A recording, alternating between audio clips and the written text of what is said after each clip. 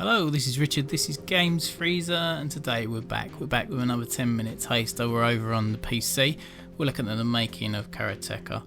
I started recording this earlier and unfortunately it died on me. So, despite normally doing the spiel around this is a game I've never played before, I've actually played it 10% of chapter 1 before I realised it wasn't recording. So hopefully we get a bit more into the game, or the interactive documentary, so to speak, before it cuts out. So, Digital Eclipse have released this, much like the Atari 50 interactive documentary they released, where they use a timeline to sort of work through the timeline of the game itself and how it came about. So, let us take a little look through this timeline. So earlier on, I looked at the introduction around playing the movies, which is a sort of like a 2-minute or so, just the talking heads around the inspiration that Karateka provided to the video games world at large at the time and in 1984. Let's watch that one, because I really enjoyed watching that, and I was blown away by how advanced the graphics are for 1984 and also the animation. So let's just take a peek and see what we get. Hopefully the video doesn't stop my recording, so let's go. Yeah, we've got it. Right, we're in.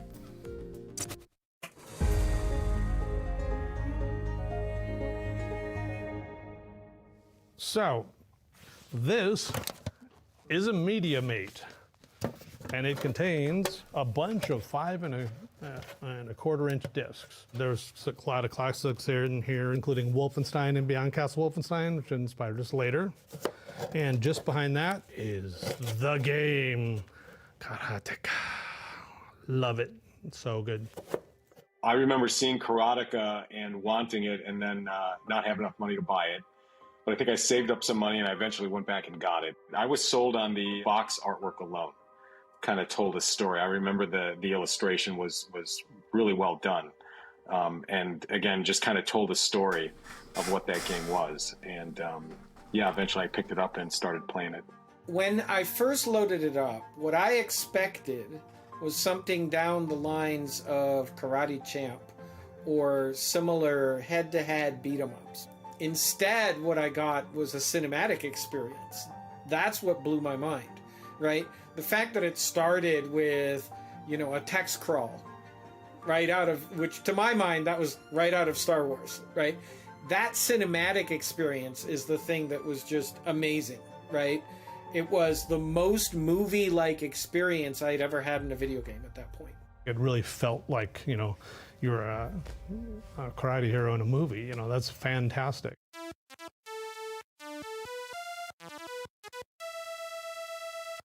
All the other things feel like bleeps and bloops, and this is like, movie making. It was amazing. Yeah, I was just very impressed by the fluidity of the animation. And the kicks look great. The punches look great. They were always capped off with a little bit of a sound, a little kia. Yeah, the fluidity of the motion, I think, really set the stage for the rest of what I had consumed about that game. The animation was cool, and that was very innovative, obviously, at the time. The process and the beginning of animation getting better and better, right? And more cinematic. Taking cues from the movie industry. But I think the storytelling was probably one of the first. I can't think of another game at the time that had that element to it.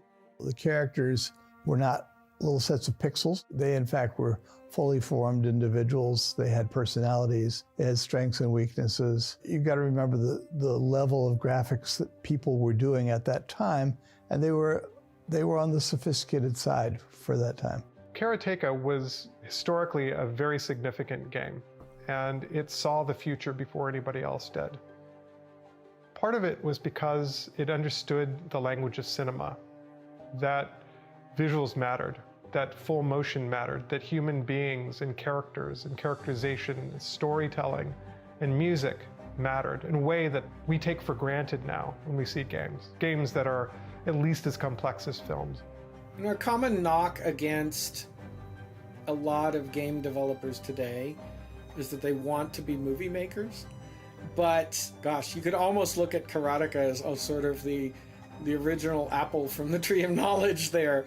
It was really, in a lot of ways, the first game that put together fluidity of motion, cinematic shots, story arc, twists, filmic language, and pointed the way towards a marriage of film, movie style Karateka. storytelling and gameplay. Fantastic.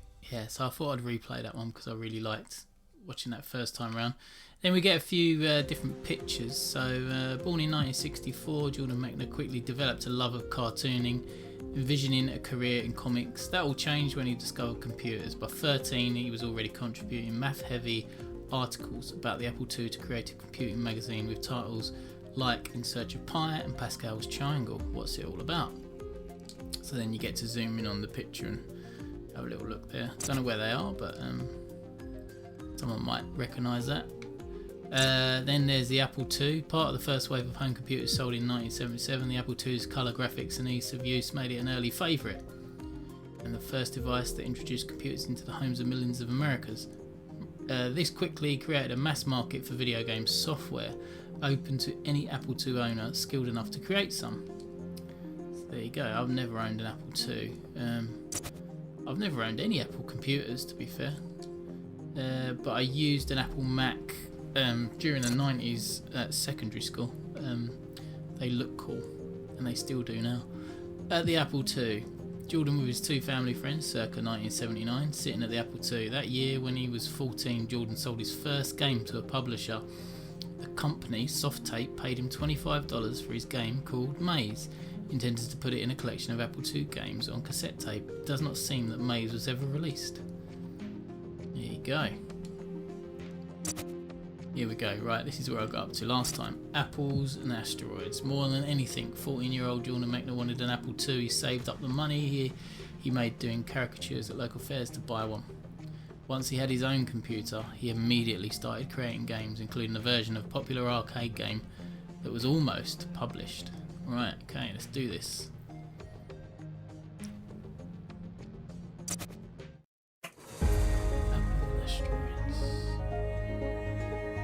You actually got started when you kept going to the local arcade and you kept borrowing quarters to put in the arcade machine to do, what was it, not Star Wars. Space Invaders? No. Asteroids? Asteroids, yeah. You were completely addicted to asteroids. Every day you couldn't wait to go to the arcade to put some more quarters in that machine. To play asteroids. And that was 1980, so by then I was already in high school. That's pretty embarrassing. Well, Jordan Mechner is really young. How's he? Yeah. But I gave you the quarters, and then you decided you had to program your own asteroids. He looks well young. Why leave it to the arcade? And you said, I can do this on my computer. You were caricaturing when you were 9 years old. The caricaturing, yeah. But you did it because you wanted to use the money to buy an Apple computer. The way I remember it, I was 12, 13 years old. I was doing the caricatures, I was doing the Cookie magazine, my Mad magazine parody. And really I wanted to do comics and animated films, but this was before computers came along. So I think if the Apple II hadn't been invented when it was, I probably would have just kept on making comics. Okay, but I remember that you went to those street fairs, to those town fairs, to earn money to buy yourself an Apple computer. Yeah. And I didn't know what the money was going to be for, but it was, at least in the beginning. Yeah, but later on, you were definitely trying to save up I think you needed $900 to buy an Apple computer. Yeah, $1,200.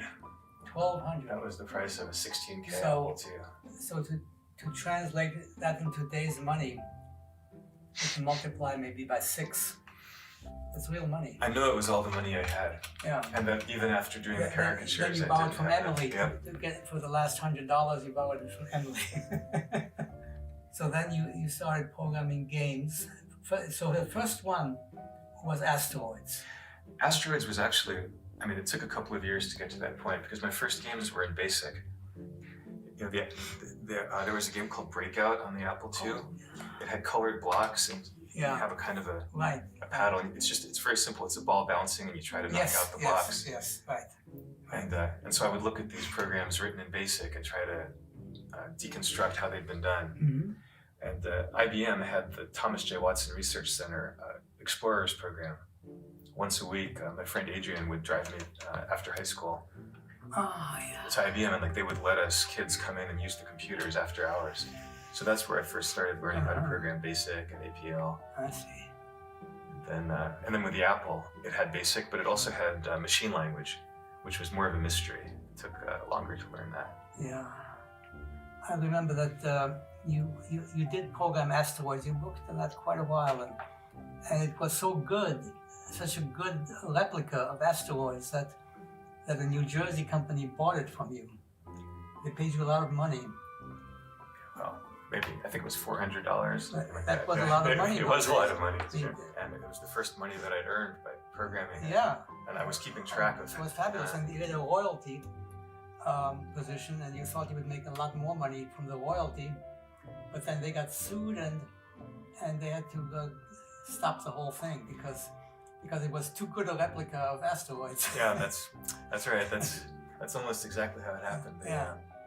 The best-selling Apple game at that time was Space Invaders, and they sold, I don't know how many, but I figured out that if I could do that for asteroids, that would be my ticket. Yeah, and you were right. I mean, if they hadn't gotten sued, you would have. If that'd been a year earlier, right, that was just about the time that Atari kind of figured out what was going on, and they sent threatening letters to all of the new game publishers saying you can't publish copies of our games. Wow, that was absolute gold. I could watch definitely more of them too on camera. That was really cool. Right, okay, so what we got here. On the dotted line, since there were few official Apple II versions of popular arcade games, clones like the ones Jordan created could be quite lucrative. Hayden Software, publisher of the popular chess game Sargon, gave 16-year-old Jordan a $750 advance and a 15% royalty for his asteroids. His father Francis had to co-sign the contract. Here we go. Here we go, what are we doing here? We're going to play Asteroid Blaster. Right. Jordan's Asteroid game went through several title changes. First, it was Asteroid Belt. By the time of this prototype version in 81, it was Asteroid Blaster. In this version, the graphics were still highly reminiscent of the arcade game, on which it was unofficially based. Right, we are going to play. Okay, play game or watch? Watch a playthrough of the game and take over the action at any time. Let's play game. Wow, this is cool. Like a Apple II monitor. Kind of surround, okay. No sound effects, I notice.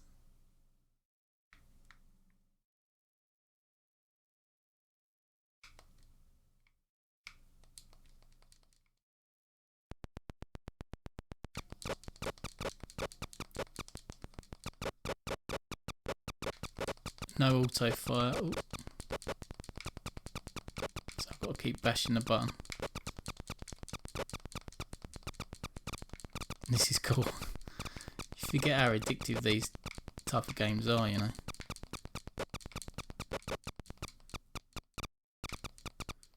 And there we are nowadays, playing something like Starfield, which is...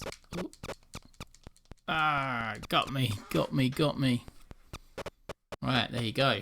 Okay, so that's the first game that I've been able to play in there. So how do I go back? Quit.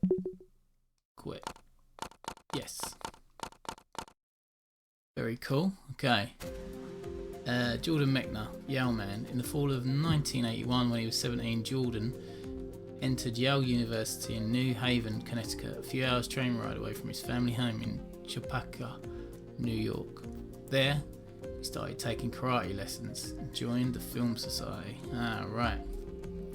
Star Blaster. By the end of 81, Hayden still had not published Jordan's game and was requesting that he make further changes to make it less similar to the arcade game in which it was originally based. This included more title changes. First to Space Rocks then to Star Blaster. What's down here?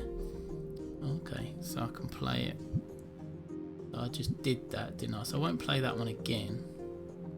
After Jordan submitted his version of Star Blaster, the publisher suggested even more radical changes, such as redesigning the game so the player does not fire any bullets and only dodges the asteroids.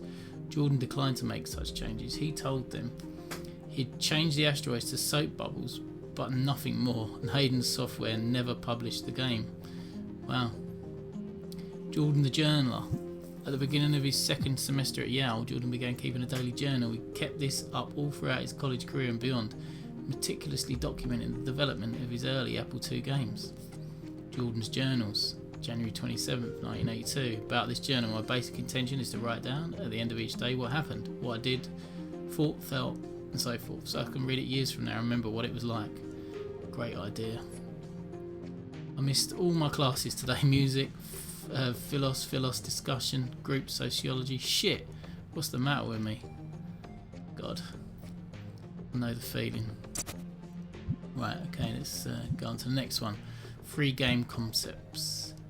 Having abandoned Star Blaster, Jordan started generating several ideas for original games, sticking within the arcade shooter genre. His intent was to write 3 or 4 games during his first summer break from Yale. Some are detailed here: Plague, Bubble Blaster and Satellite, later called Earth. That is so cool. He's making me want to design a game, basically. This is exactly what I should be doing with my time. Plague screen layout. That's pretty cool. More detailed screen layout for Plague. Spiders would descend on webs, snakes would slide down poles, and bats would swoop in, all attempting to reach the player's turret. Icebreaker screen layout. Another idea: Icebreaker had the player's ship at the top of the screen, avoiding ice bees, shooting down through a layer of ice to hit enemy bases on the ocean floor. Revenge of the Arcadians. Another unproduced concept was the Revenge of the Arcadians, which would have combined many different familiar looking enemies from arcade game culture into a single asteroid style shooting contest. That's cool. Pac-Man, Galaxian, Monaco GP, nice. Shoot out Star Castle. Oh, I love this kind of stuff. Another unproduced concept. Oh yeah, I've already read that bit.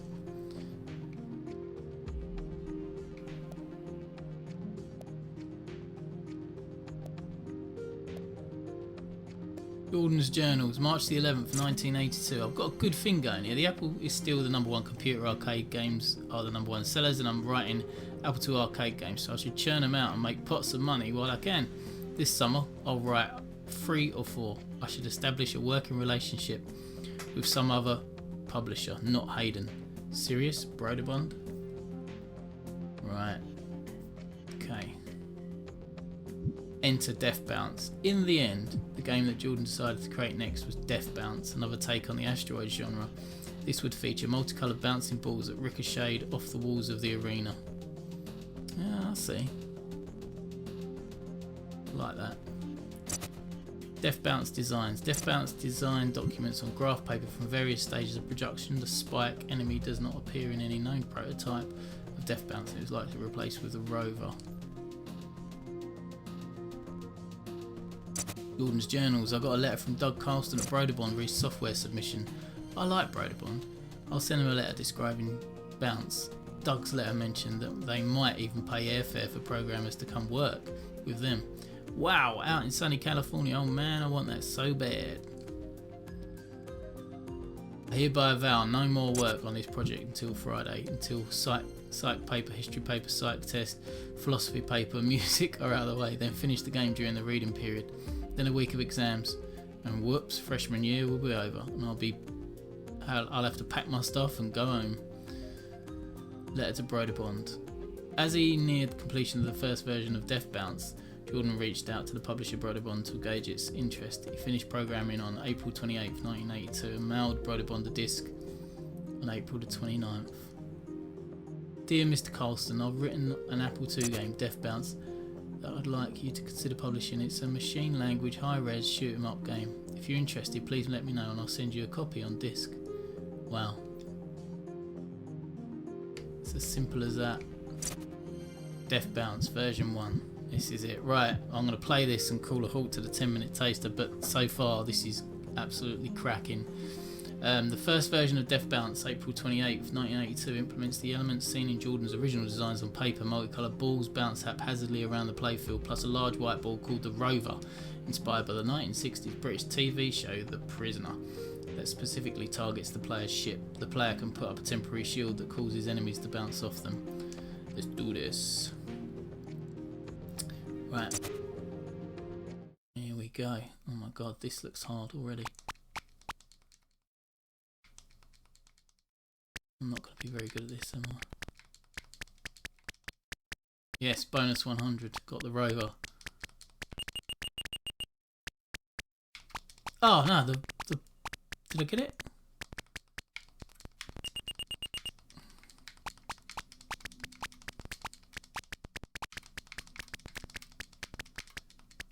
Oh, I can't get this last one.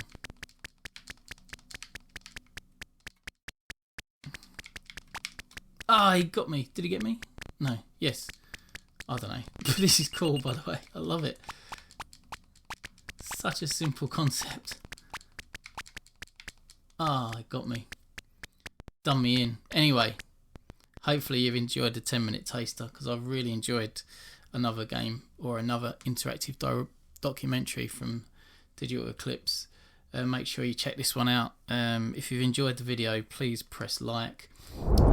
Subscribe to our channel as well. It helps us get new games into the games freezer, you see, so that really helps. We're over on Twitter and Instagram, that's at Games Freezer. We're also over at TikTok, that's the Games Freezer, and we're over at www.gamesfreezer.co.uk. But until next time, my friends, you'll be leaving me reading a letter to Broderbond dated April 1982. Dear Mr. Carston.